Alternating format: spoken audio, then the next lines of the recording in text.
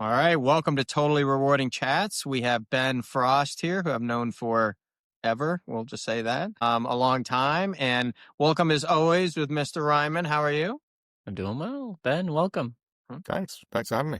Yeah, Ben's coming from the UK, and so that we don't screw it up, to give us a start, give us your bio, and of course, go through all the companies that you've worked at. But while you're doing that, just to make sure it's a little bit longer than that, give us the roles you've had. Okay, so yeah, the company's part's quite quick. I joined the Hay Group business in 1999, so 27 years ago. Did 15 or 16 years there, and then 10 years ago, at the end of 2015, that Hay Group was acquired by Korn Ferry, and here I still am. So 27 years and counting. But I've done a number of roles in that time. So for the first 7 or 8 years, I was in the reward benchmark data business, building those comp databases globally, selling them, consulting around the data. Then I jumped into a global product management role for about 10 years. So I was in that role when Korn Ferry acquired Hay. And I was one of the people who understood sort of a piece of the jigsaw of all the content that was being assembled in Korn Ferry. And so I was one of a group of people that was sort of locked in a room and told to figure out how all this stuff would fit together. So that was in about 2016, 2017. And since then, my role has been a solution architect. So I work across all of Korn Ferry's content, all the tools that bring that to life, all the consulting capability we put around it. But more recently, lots on paid transparency, which has come back into fashion in a big way. So back to home territory more recently.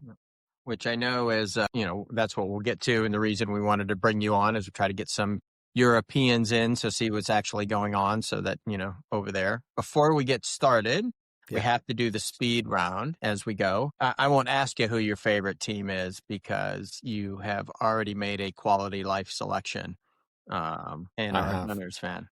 Yes. You and I both Arsenal fans. Normally you'd say it's a life sentence. Each summer you kind of go again. There's no chance of parole on this one either, but actually life's looking pretty good at the moment. Right now, knock on, the touch wood thing, leave it be for right now.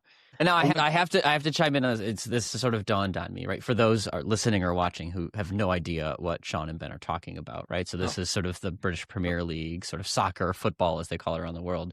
And Arsenal is sort of like, it's kind of like picking the Yankees back in like 2005. Let's be honest, right? Like they kind of always win, right? That's like City. Well, first of all, City and the Yankees are together. It was Man U. I will say I became a fan. When's the last time they won the league? Over 20 years ago, 2004. Yeah.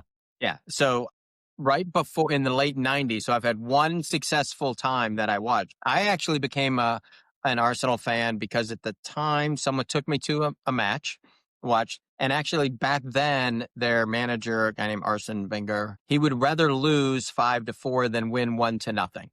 And so as an American, it was like, okay, this is more fun to watch this team than other teams, even if we lose. And I will say, from a bandwagon standpoint, then we were good. And then there was a period we were not recently. So actually watching people who have been around for a long time, there was a thing. I would consider the Yankees, when you say that, more of a City recently, where they bought in. Man U for a long time, right? Was kind of like the evil empire, although they've solved that themselves. They've not been as good, but it is one of the big clubs. Yeah. When you think about, to your point, Paul, like it is one of the bigger. Yeah, that was more my point, right? Yeah. And it's sort of like the passion, right? This is the thing that I think Americans in particular don't understand about Premier League football is like, if you're an Arsenal fan, people love you or hate you immediately. Like there's a club that like you joined, right? And I went to a Man City Man U game back in 2004 or something like that, and I learned the same thing. Like they're like, that's a war. And I'm a Chicagoan, right? So Bears Packers is sort of like our equivalent of that, right? And it's the same concept. I just wanted to make sure those that don't know anything of what these guys are talking about. What's really interesting is in the UK, it can really be that way. So I was lucky enough, now it's a month or so ago, to go up to Birmingham to watch the Aston Villa Arsenal match. I know, sad moment of silence for that match. But when you travel, much different than the U.S., is they put you in this pie, as I call it, in the stadium with security guards on both sides, and you stay in your pie. And depending on the match, I will say Ben and I once, I traveled, the farthest I've ever traveled to watch a sporting match and lose is with Ben. Yeah. We went to Munich one time, and we had to wait like before we could leave after the match so that the stadium could clear and we could safely depart. And that was in Germany, which is not that bad. And so it is very divisive that way. The passion level is higher than anything you've seen if you're just an American sport watcher. My son can be friends with a Packers outside of Philadelphia, I would say. Yeah. Everyone should go watch a Premier League match. It's like in Boston, Sweet Caroline, or some of these others, it's all game. And it is just, everyone should go once. You don't even have to like it. You just have to, even if your understanding of soccer is, if it goes in the net, good. If it goes in the other net, bad. The atmosphere is actually really, really cool. And, it's just a cool thing to do. And then, of course, you get crazy, like traveling to go see them and other stuff. That's a whole new thing. Anyway, didn't want to go down too much of a rabbit hole, but I realized there's a lot of people that'll be like, Ben and I'll pawn off into, the transfer windows coming and, stuff, right? That's right. Oh, we could do it. We could do an hour on this. You use the word gunners. We were like, what are they talking about? Like, I didn't realize it was that kind of show. So anyway, all right, keep going. True. Keep going. So are you a coffee or tea person, Ben? Unusually for a Brit, neither. I don't do either really. Take my caffeine cold. Usually have a can of Diet Coke on the go. So unusually for a Brit. I do not like tea. I don't really like coffee either. So neither. We'll stay with the football or soccer theme. I know Ben travels way more than I do, actually. Favorite stadium you've been to, pitch as it may be? Well, I'll give two answers to that. For soccer, the Madrid Stadium, the Real Madrid Stadium, which has recently gotten a bit of a facelift, is, very, very impressive. Sort of front of house, especially one of the great places to sort of watch the game. And then another one, I was very lucky 10 years or so ago to go to Fenway for baseball, which was very reminiscent of some of the older kind of UK soccer stadiums. Obviously, lots of those have been rebuilt recently, but there are still some sort of very traditional kind of old stadiums. So Fenway was a great example of that. Really enjoyed going there. Yeah, I tell people all the time, obviously go see Arsenal because, as we chant, there's the greatest team in the world. But Queen's Park is the other one, to your point, in London. Queen's Park Rangers, stadium built in 1888. Looks and feels like it was built in 1888 still. Yeah. You feel as safe as it was built in 1888 still. Yeah. But it has that feel. So I totally get that answer, Ben, from like having that old school feel. But I tell people go to Queen's Park, and that's a couple thousand person. You really get the feel of local soccer in the city. The third question is always, are you have a weekend away. You've been given a weekend away. Would you go somewhere posh or would you go rough it in the woods? I'd go somewhere posh for a weekend. And I'd say I'm more of a city kind of dweller than a countryside guy as well. So definitely somewhere posh and probably in or close to a thriving sort of city. And more of a not a beach resort, more of a like where the action is sort of the vibe I'm hearing there. Well, Barcelona does a good bit of both, right? Yeah. The city and beach. Sure. There you go. Your favorite band? So Ben is, I know now that I'm the I guess I love music, but Paul's a musician. So your favorite band, because you listen to a tremendous amount of music. Yeah, I do. So probably, I guess the kind of band of my adult life is probably Oasis, where again, really very lucky to sort of see them. I was 17 and saw them before they had any music out at all, and then was sort of on that journey as they were unknown and went to huge, imploded, and then came back again this last year. So again, was very lucky to go and scratch the itch once more in 2025. So they're probably, I guess, last year. Yeah, saw the first show back, which was always a bit of a, hopefully a low risk thing. We were never sure if there was going to be a first show back, or if there was, would there be a second show back? So took the low risk option and went for the first one. Okay. Smart. Smart. And the last question, are you a crunchy or creamy peanut butter person? So like tea and coffee, not really either. But if you had a gun to my head, I'd go for crunchy. It's a very American thing. Like I've noticed over the years when I ask, I have that question on there, and I don't want to change it because then they can say no. But generally, you don't want to start with "Do you like it?" and have the follow up. But generally, outside the U.S., they're kind of like, and I think last time I was over there because I eat a lot of peanut butter actually, and there's always it makes selection easy when you go to the UK. There's like 2 jars, a crunchy and a creamy. There's no other brands. Where in America, it's like a half an aisle of peanut butters. Yeah, exactly. So, pace of change in the world of business is fast, and that drives incredible complexity for the world of human resources. Welcome to the HR Data Lab's Brown Bag Lunch, a series of conversations with experts inside and outside the world of human resources on how to innovate, measure, and evolve our practices.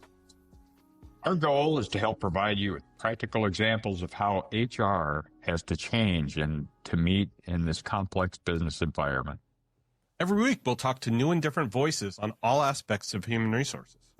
And guess what? You get to chat with us live. Live?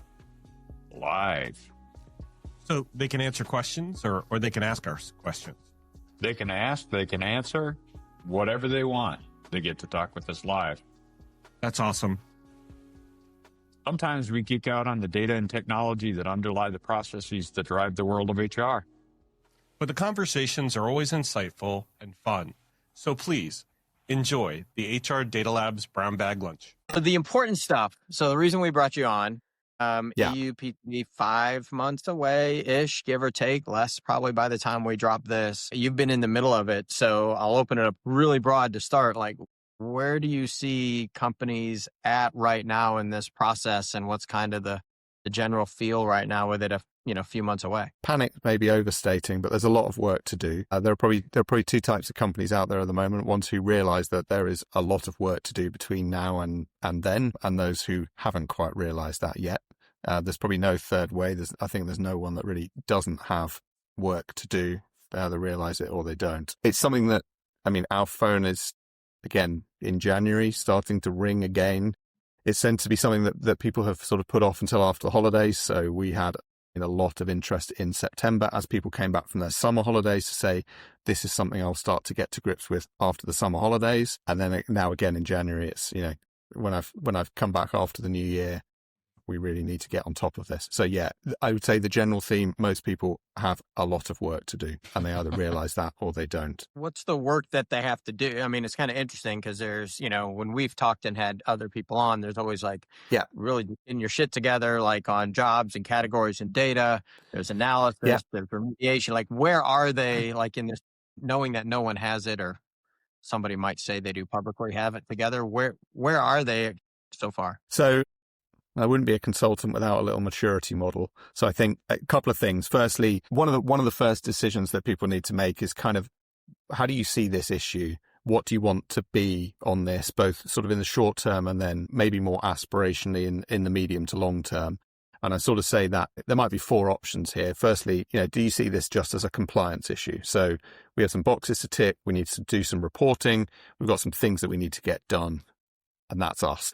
That could be number 1. Number 2 is then, yes, of course, we're going to do the compliance, but we also think, actually, we might have some issues to fix. We might need to do some remediation, some analysis, some remediation, to get us into better shape. Thirdly, then, there are organizations saying, actually, this is a real opportunity for us, that we want to be very proactive about how transparent things are, create that trust, to have people trust the process, and then use that as the basis for a better employer value proposition. Basically, this is a talent attraction issue, that if we can be seen to be doing a good job, create transparency, use that to create trust. It's an EVP question if we do it well. And then, at the real extreme, and for some sort of business to consumer organizations, actually, this is a potential public relations issue that, as this reporting goes out, and we found in the UK, when this requirement came in 2018 in the UK, it's the easiest story in the world for journalists to write. British Airways or your local, the equivalent of Comcast or whatever, the company that you pay money to and you don't really like them. They've just reported their gender pay gap. And so it's the easiest story in the world as this reporting comes out. And actually, for some organizations, that's a PR issue, because if that's in conflict with, for example, their brand promise, what they're saying about being ethical, for example, and they're reporting bad news from the gender pay perspective, CEO might say, actually, we think this gives us a top line revenue issue or a PR issue. So I think almost that first thing is for organizations to decide and establish and actually get agreement on, what do you see this as? Yeah. The legal department might see it as a compliance issue. HR might see it as EVP, but the business might see it as a public relations or a top line revenue issue. And so, yeah, what are we trying to be here in the short term and in the medium term? And does everybody agree on that? So I think almost that's the stage that a lot of organizations are at now, along with those questions of governance, like who owns this stuff? Whose responsibility ultimately is this? So almost if governance is that first step, then Sean, as you said, I mean, there's lots of work to do on things like tightening up grading. How would we explain pay differences? If someone earns 50,000, someone earns 150, why the difference? Well, obviously the big explanation is they're working at different levels. So we need to tighten up our grading. How will we explain that? There's lots of work to do around analysis. We need to get our data in the right place, get that together, get that straight, and start to do the analysis. And then many organizations talking about how we especially empower line managers, but how we communicate more generally to employees, because employees generally don't have much idea about how their pay is set. And they're going to have the right to a lot of information, and they're going to have a lot of questions. And if you don't want to be bombarded with questions, we might want to be a bit proactive about some of that education. And then also, how do we enable line managers to have this conversation? Because if employees have very little understanding, line managers have very little comfort in having those sorts of conversations. And they're going to need to, because if not, HR are just going to be deluged with these questions. So that's kind of, in a bit of a nutshell, that's kind of what's going on at the moment, I think. Yeah, I want to dig into that. Use the keyword there, right to information as well. And one thing I find, I work primarily with American companies, is, it's natural when something new happens, you're trying to make it like something else that you know, right? And what I hear is a lot of people are framing EUPTD as, well, it's kind of an EEO report and it's kind of posting transparency. What I think they're missing is this right to information bit. Because I hear a big difference between sort of Europeans and Americans and how they think about Article 7, the right to information, and what it is. So I guess help unpack that a bit further about why that's sort of a big part of this and how orgs need to prepare for that differently. And while you add who, Ben, because my question on that was, you mentioned the line manager doing it, right? And so this right to information thing, do you send everyone to HR? Do you send them to a department head? Do you send them to their manager? Do you try to do it online? Because this is, my perspective is, there's going to be a deluge to start, because everyone's going to be like, cool, I have the right to access data. But I also think anytime somebody comes or goes, they're going to start doing the math and be like, oh, we just hired Paul. I have my last report. Paul, did that number go up or down because Paul got here? Yeah. So, and that's where some of the implications of this get really interesting. So I'll come to that in a minute. But firstly, so I think probably the first thing to say, what EU Pay Transparency does is take everything that you would experience elsewhere. So in the UK, there is gender pay gap reporting. In parts of the US, there is posting transparency. In Australia, there is a ban on, contract clauses that prevent people talking amongst themselves about their pay. Take all of that, put a bow around it, and then put it on steroids. And that's what EU Pay Transparency does. Collects everything from everywhere in the world and takes it to the next level. So what that means in terms of right to information. Firstly, you're going to have to tell people that they have the right to information. So just like if you're if you're doing your SOX compliance, you have to tell employees that, they can whistle blow or whatever. You have to proactively tell employees that they have this right to information. So any employee will have the right to request, obviously, their salary, which hopefully they know, compared to the average for men and women in equivalent roles. And that's a little bit up for debate. Depends on the depth of the data. Could be at the same grade, could be in the same grade, same function, for example, if you've got enough employees for that. That is supposed to be the disinfectant to say, if we have gender pay gaps, those will be revealed. But actually what this is going to do, regardless of whether you have a gender pay gap or not, half of people who make that request are going to find that they're paid less than average for men or women, regardless if there's a gap or not, right? Yeah. Half of people are going to find out they're paid less than average. Everyone's going to make these requests because why wouldn't you want to know? And actually unions and works councils will be able to make those requests in bulk on behalf of employees as well. So if you have a unionized population, there's a request for everyone on day one. So actually, I mean, you know, although the stated intent of this is to shine the light on gender pay differences, even if you don't have a gender pay gap, as say half your employees are going to find they're paid less than average, and they're going to want to know why that is. And then, Sean, to your point, what's not clear at the moment, and what EU pay transparency does, the EU have basically told countries to go and make laws, and they've set the baseline. Countries are free to go further. So, for example, in the EU, what they've said is when an employee exercises that right to information, you have 60 days to respond. In Poland, in Poland, they've just said 60, 30. So they've gone further, and you know, and other countries could do other things still. So the EU requirement is just the baseline. Countries can go further, and I think the really interesting part there is going to be essentially what is the level of transparency. It's quite clear in principle, my right to information overrides your right to privacy. And so if I say, you know, if I'm the only female employee doing a certain role at a certain grade, and you say, I can't tell you the average for men and women because there's only one man, someone's going to take their employer to court, and a judge will decide at some point at the back end of this decade whether that's okay or not. I think probably a Dutch judge or a Scandinavian judge is quite likely to say, you got to tell them. A German judge may be a bit less likely.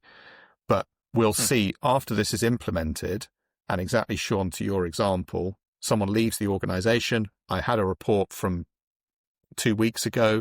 Someone's now left the organization. I make the request again. The company says, we're not going to tell you because that would allow you to obviously to back end the salary of the person that's left. Okay, well, I'm going to take you to court, and a judge will decide whether you have to tell me or not. We don't know the outcome of that. And that is that's the bit that will get really interesting once this is a bit more embedded. I think I wouldn't say it's complete ostrich mode, but I think there are some people that are close enough on the numbers that are a little bit of ostrich mode, waiting to see what the legal precedence is on this, and what is the penalty if I don't meet 60 days to give the data. You know, what if I do it quarterly to everybody? Well, by default, not everyone's going to get it within 60 days. I'm going to do it quarterly. Well, will that pass until there's a legal precedent? Everybody gets it every 90 days. They don't even have to ask. Does that fit? Doesn't fit the 60 days, but actually it's more than they want. What is it going to do? And so I think they're going to wait and see how to handle this thing. And then I think the other piece would be who gets to share that, right? So like, do you let the employee go in and, you know, through CompTech, go in and figure out where you click your thing and I only see it? Or do you let the manager, or like, there's some interesting questions. Yeah, so I think, and I see some organizations here moving to proactivity, right? Actually moving back to, 10 years ago, lots of people doing total reward statements. Then that sort of fell out of fashion a little bit, and now it's kind of coming back because we're not going to wait for these requests from everybody and then put ourselves on the back foot. Let's just be proactive. Let's just calculate that for everybody and communicate that as part of a total reward statement and as part of some education to say, you know, like even I think your average employee probably doesn't even understand, you know, there are such things as grades.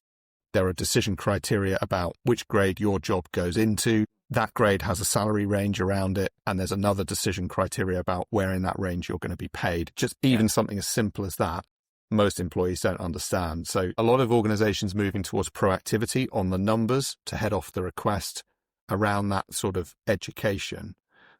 And then, how often are we going to do that, and how are we going to deliver it? We start to see, for example, in Workday, there is now functionality. An employee has that request. It's a bit like if you want to take next Friday off work, right? You have a request, you make a holiday request. That goes to somebody, it goes to your line manager, it goes to someone in HR who responds to that holiday request. Functionally, I think that's probably how this works. That the employee wants the information, they make the request, it goes to someone who actions it and sends the information back. This isn't like a holiday request, though, is it? It's a bit more emotive. I'm quite possibly not going to like the answer. And so we might need to know a little bit about how is that going to land, because it's not just a yes or no on a holiday request. It's a bit more complicated than that. Well, that's the big difference to me, right? Like the outcome of the transaction request is not sort of a binary or a take action. It's a template. It's an answer that is content rich. And that's one of the bits of advice we give is be thinking about what you're going to share. Is it just the averages? Is it a narrative around why the averages are what they are? Is it a definition of what equal work means for you? Like there's a lot of thinking orgs need to do to say, like, how is this going to scale well? And it's not an outsource to your HR service center to look up some numbers, do math in Excel and send it. Like that is not the answer.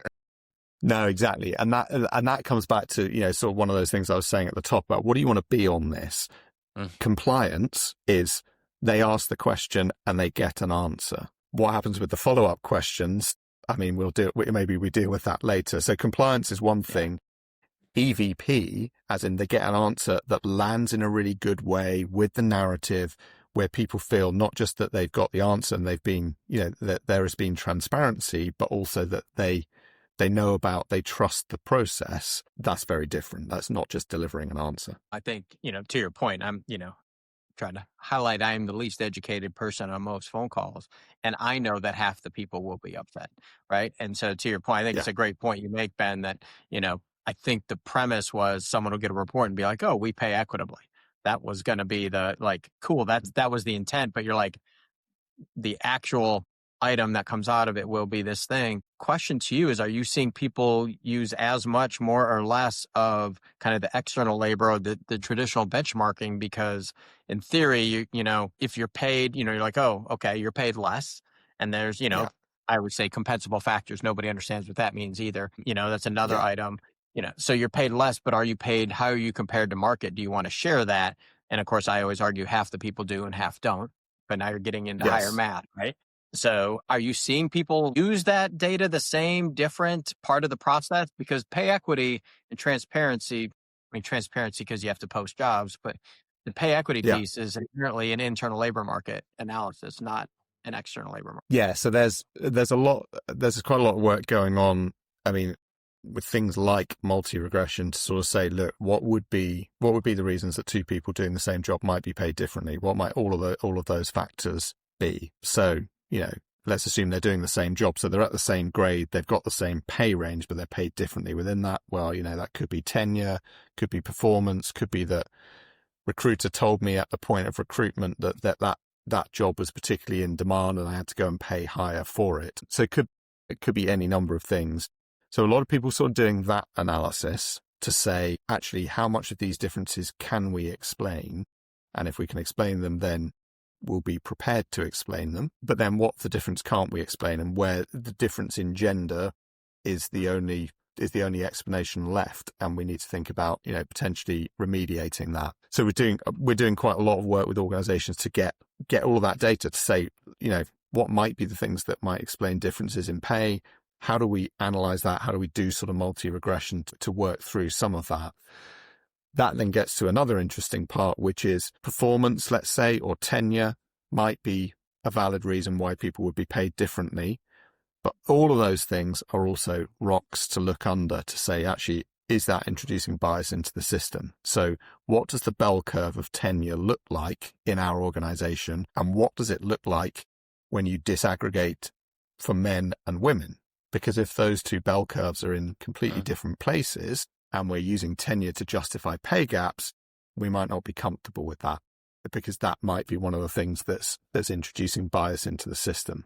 So a lot of people trying to dig into sort of what sits behind that, what might be the explanation of a difference in pay, and then sharing benchmark data, a little bit more transparency around that. I mean, obviously that will come anyway because you'll have to do that in job postings. So work that through for a couple of years. Everyone will know the benchmark data for their job anyway, because next time it gets recruited, it will be recruited with a salary range. You guys would know better than me what's happened in the US, that often quite broad salary ranges, and then people Yeah. sort of saying that's not really good enough. We need to get But we that's need to the get much interesting part. tighter. I mean, the transparency piece is interesting on the ranges, right? Because, you're like, you have to make this strategic decision. Do I post a range that's like, 25 to 50 so that I Yeah. don't piss everybody off that looks at it because they're looking at it? Or do I post 50 to 75 or 90 so that I get the best available talent, but piss everybody Yeah. off inside? And how do I communicate around that? And Yeah. so I'm also very curious, as they've gone through this, the HR team, the comp team has been involved a lot, right? And it's a lot of work. Luckily, I haven't had to do any of it at a company, but they're having to do it. Yeah. As they go, have you seen them having to drop anything, or how do you see them dealing with the volume? Because in theory, like the one thing I won't say how many years, but a lot of years around comp and ben department, they don't get any more people or no budget. Those are the two things No. they don't get.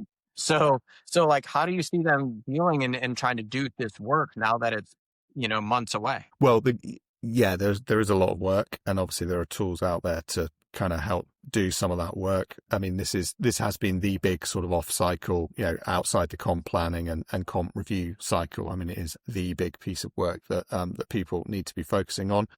I think when we do surveys in a couple of years' time to say, how many people have tweaked their benefits programs in 2026, it won't be very many, because the comp team not the priority. Because the comp team will have spent all of their sort of off cycle time dealing with this. And also, I think there are a lot of, what else is a comp team doing off cycle? Is it potentially changing the comp programs? Doesn't really make much sense to do that right now until we've done this analysis. We've got our house in order, because why make changes that we might find are going to actually introduce more of a gap or a reporting headache? So almost kind of, this is priority number one. Let's get our heads around this issue. And that is priority number 1, 2, and 3 for comp teams. And I think, but part of the good news is that actually comp teams are able to rope in a whole host of other characters here. There is a huge job in terms of reward communication, both to employees and to line managers. Comp team on their own is not going to be able to do that. The internal comms and sort of culture, broader sort of people and culture teams are often involved in that as well. So there are plenty of other cooks in the kitchen, from legal, marketing, internal comms, finance, all interested in this as well. So now the one counterpoint I would offer about the strategy change now, and I'm just curious your perspective. The counterpoint is, it doesn't land well if you find a gap and you remediate it, and the message is, well, we were underpaying you before, right? So I actually have some contacts and clients that are deliberately sort of saying, you know what, let's use this as the reason to sort of make a strategy tweak, so that can be part of our story. It's not, hey, Ben, we've been paying you less than the women, like I need to give you a raise. It's, hey, we've rethought the way we are approaching the market and structuring pay. Here's your adjustment. And it's not meant to be sort of slimy or disingenuous. It's more like, it just sells a little bit better than we weren't being 100%. Fair. Like, so there's a little 100%. Bit of strategy being a good reason to sort of make change. Yeah, and I think I agree with that. And I think even actually more tactically, I mean, the back end of last year, we were saying to organizations, you have probably two comp review cycles to essentially disguise remediation, and sneak that through when it doesn't look too suspicious, as part of here's our normal merit cycle. You're getting 5% in this merit cycle, and that some of that is merit and some of it's remediation. And you've probably got now, there's probably one shot, possibly two for some organizations, there's probably one shot now at doing that. So I think, the message that we were giving sort of 9 months or a year ago was, and actually here's, a lot of organizations, countries are still busy translating the EU requirements into their own law. And so I think a lot of organizations have been sitting on their hands for a lot of 2025 saying, well, we can't do anything. The countries haven't made clear, Hungarian government hasn't made clear what the specific requirements are going to be. So I, as a Hungarian company, can't do anything. I mean, that's not true, is it? We know 80% of what you're going to have to do. And actually, what you should be doing really is get data together now, get ahead of some of those issues, because you've got 2 comp cycles to sort of fix anything without sort of, tapping someone on the shoulder and saying, you know what, surprise, we're giving you a 10% increase for absolutely no reason at all. Yeah, it's going to make people a bit suspicious, isn't it? That's right. And while you think, oh, that's a good thing, they're getting a raise. No, it actually, those are way harder. It's naive to think that the raise is going to smooth over, because then it's well, how long have I been underpaid? Am I going to get that back pay? Like all those things come up real quickly when they realize they didn't earn it. It was more they were getting it.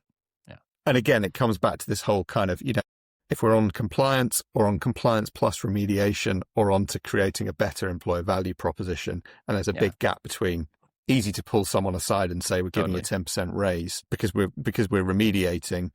That's not creating trust. It's not creating a better employer value proposition. Yeah. There are other ways to do that. How are you seeing kind of going to the tech side? So from gathering the data, putting it in a place, like where are you seeing people use, anywhere from just using, the world's number one software provider in comp of Excel to do it all? Or, are they using Excel plus something like, Jupyter, SageMaker, whatever, if they're doing any math, or R? Are they using some of the tools that are specifically out there for pay equity? Like, I'm kind of curious to what you're seeing, because in the U.S., it's different because it's MNCs that are buying it and there's some providers here. And so I'm curious if that matches up what you're seeing in practice across a larger group. So, let's talk about 3 types of analysis that really need to be done as part of this, right? There's some analysis for what do you have to report to the government? And that's quite simple. You could do that in Excel quite easily. That's, my average pay for all of my men, average pay for all of my women, one divided by the other. And normally that will give you something like maybe a 20 or 30% gap. So for every dollar that a man earns, on average, a woman earns 80 cents. That kind of analysis. So that's quite simple and easy to do in Excel. The right to information, again, it's not rocket science. Tell me my salary and the average for men and women at my grade level. You want that reasonably locked up, and you need a way to be able to respond to those. You need to get people the right data, not someone else's report or not the report for some other grade. So you can do that in Excel, but actually some people are looking for things a bit more industrial strength to make sure that, Fred actually gets Fred's data and reduce the ability for error. Do the analysis in Excel, but actually that's then more of a kind of a security. How's the right person see the right things? How do we not sort of expose that? You can imagine you could give you could give line managers a spreadsheet to say, here's all the data you need to respond to these requests. But you want to share the whole comp file with every line manager? Probably not. So I think people are looking for something a bit more sort of industrial strength there, particularly around permissions.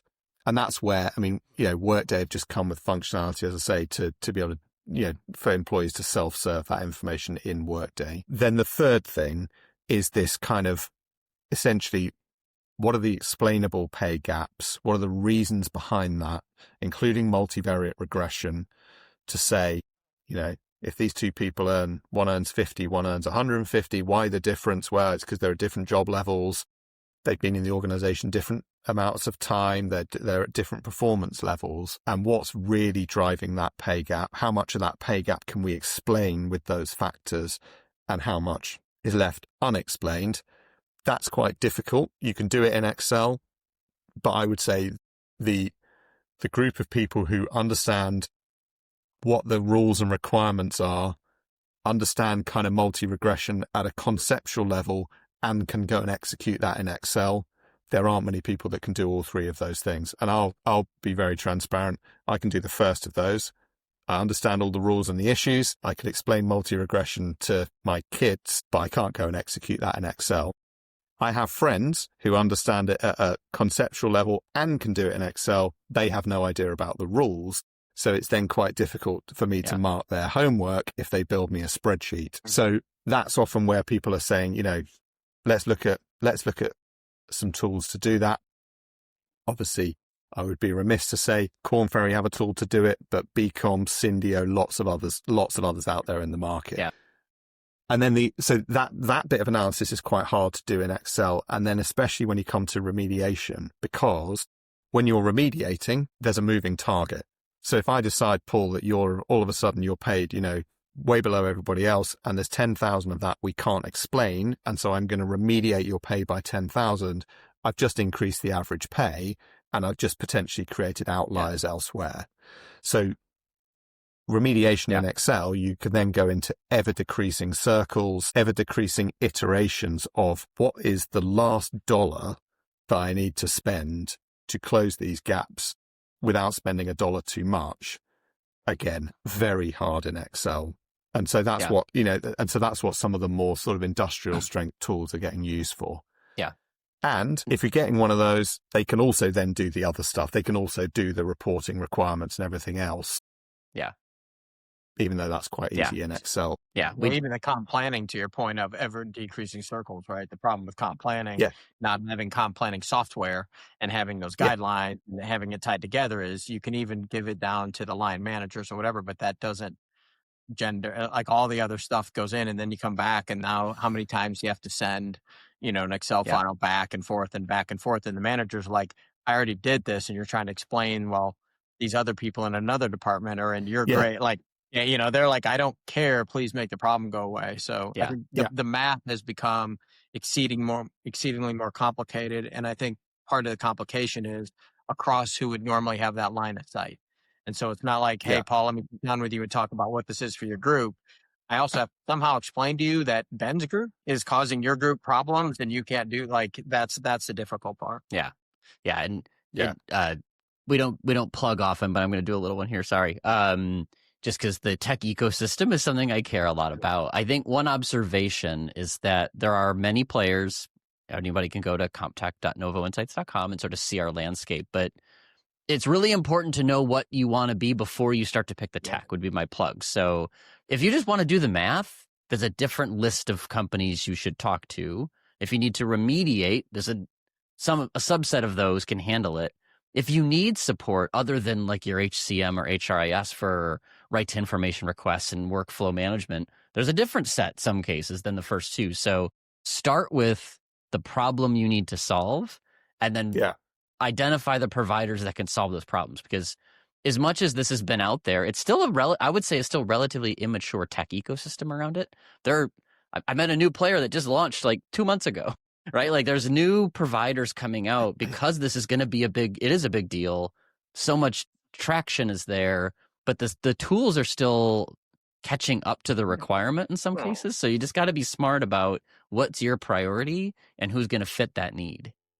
Yeah, and almost I think back to something I said a little bit earlier. Let's say we at Korn Ferry, we would see 4 things to this. Firstly, there's governance, and quite often people need help to figure out what is the governance, what are we trying to be, how do we think that through, how do we get alignment on it. That's the first thing. Secondly, lots of organizations need to tighten up grading, and so there's potentially a whole piece of work there. Then thirdly, you've got analysis. And so all of those tools are really in that sort of third bucket around how do we actually do the analysis. And I quite often say, in our tool, Korn Ferry didn't invent maths, didn't invent multi-regression. Math is maths, right? But we're one of a few tools that can do that. And our maths is the same as anyone else's. And then the fourth thing is that sort of communication. Like how are you going to solve it's not just about it would be a mistake to think because it's called pay transparency, that just goes into the comp box then. No, it's about all sorts of other things as well. Yeah. I think the whole thing could be summed up to, because again, I'm, being the least educated one, I'll go back and quote Cheshire Cat. If you don't know where you're going, all roads will lead you there. And I think it comes back to your initial piece, Ben, around what do you want this to be? And then I've always said kind of getting your shit together first before you figure it out, what tools you need. And so it's kind of like, what do I want this to be when I'm done? What's my goal? And then what do I have? Do I have people who can do math? Does my goal align with having to do the deep math? Do I, get all that stuff lined up, and then kind of with purpose move through and purchase those? Because the example I use a lot, Ben, I've seen companies here that start talking and they're like, before they even have their act together, they're like, Sean, I don't know if I want to use log linear regression or Blender Oaxaca regression. And as a nerd, I would love to chat for hours on the two difference. I love that stuff, but I'm like, you might have some questions you want to answer before that. Yeah, you have many. It doesn't matter. Actually, to your point, the math is the math. It matters. The answer will be different, but you know how different? Not enough if you don't have all your the thing that you mentioned, Ben, about the maths being the maths, if you put in the wrong numbers at the beginning, everyone will spit out the wrong answer. All the math is the same. So to your point of, do I have the right grades? Do I have the right numbers? Is the data governance there? Tenure, I always talk about where, if you don't go back and look, and why did everyone get hired on May 1st, 2021? Well, that's when we launched Workday. That you can't use tenure now. Like tenure's not going to work for this. So there's a lot of stuff that isn't nearly as fun and as sexy as multivariate regression. Yeah, I said multivariate regression is sexy. Don't get me wrong. But there's not as much. I agree. No, there's just work that has to be done. Yeah. No, I agree. And I think, as you say, the math is the commodity. And I think actually one thing that a lot of organizations in Europe are finding is that what has been done in the past, I think some organizations have done analysis and they've done it from a very, I don't want to say defensive, but sort of, let's essentially have 300 pages of statistical outputs of all sorts of intersectional multivariate regression analysis on pay gaps. And that means I can have a 300-page report from a Big Four or someone or some actuaries on my desk.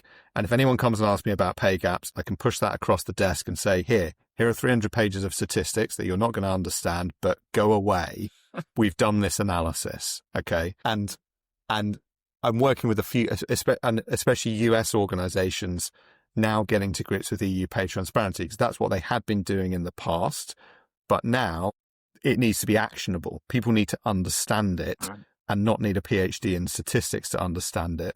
So actually, with transparency, we need to help all of our employees understand how much they're paid, not essentially sort of hide behind lots of statistically very complex analysis.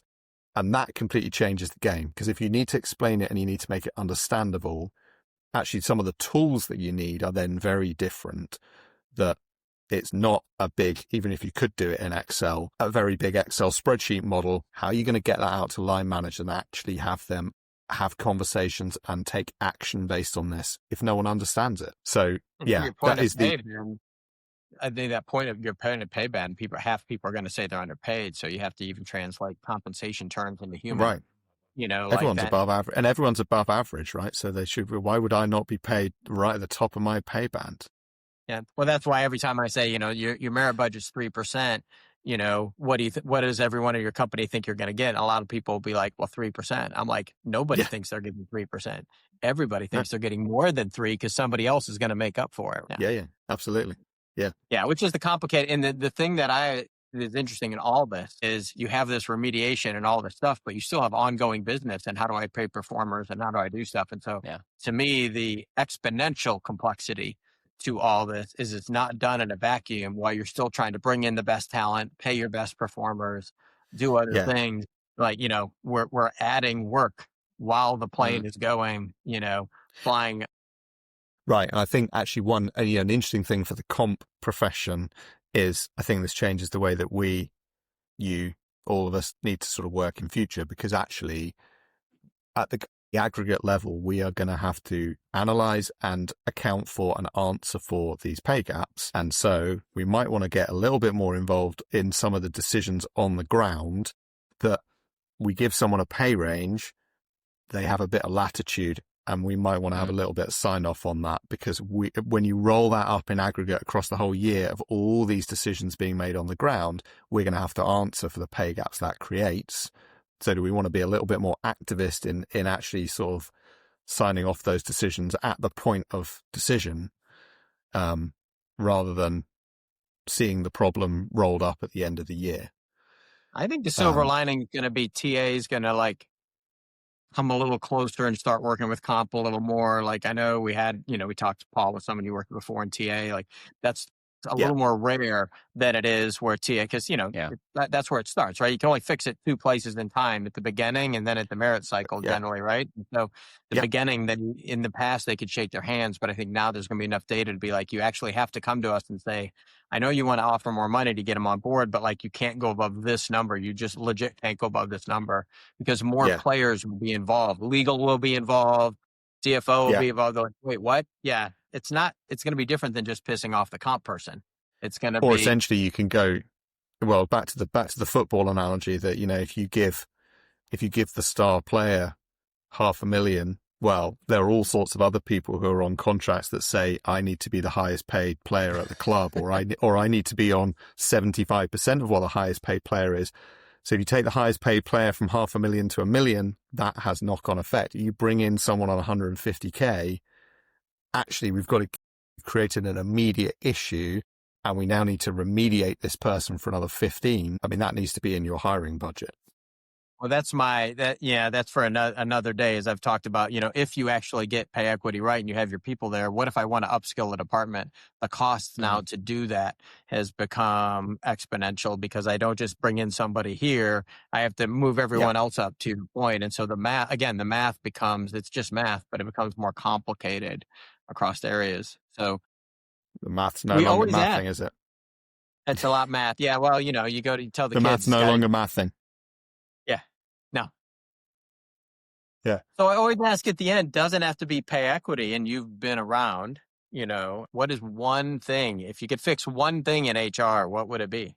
If you could automagically, a highly technical term. I think still for a lot of, I have some great experiences as a consumer in, really seamless experiences, buying stuff, getting it delivered, dealing with the company that sold it to me, and servicing and that kind of thing.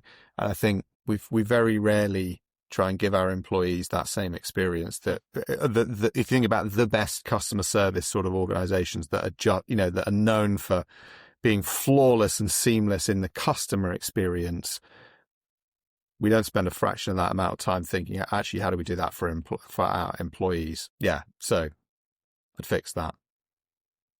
Easier said than done. No, but I gave you the, blue skies, rainbows, and unicorns universe in which to do that. So I like that. Perfect. Actually, like of that answer, I think one of the interesting things is, and maybe subtlety to that, Ben, was you weren't saying be the best, like don't go look at the best HR experience person that delivering it. You actually said go a little bit more macro and say, what is like the best experience I've had, and make that my goal, as opposed to, kind of being the best of the, League 3. Yeah. I want to be the best of the Premier League, thing. No, exactly. Think about the best customer experiences you've had, and how do we as HR create that for our employees? This has been great. I really appreciate it. As you can tell, Ben can talk on this for a long time, knows a ton. You can find him. We'll post it. You can find his information and reach out as you go. Yeah. I really appreciate it. Thanks for taking the time. And I know we did this in, getting near the end of your day, forcing you to have a little longer day today. So I really appreciate your time. Yeah. All good. Thanks for having me. It was nice to talk to you. Appreciate it. Thank you. See you.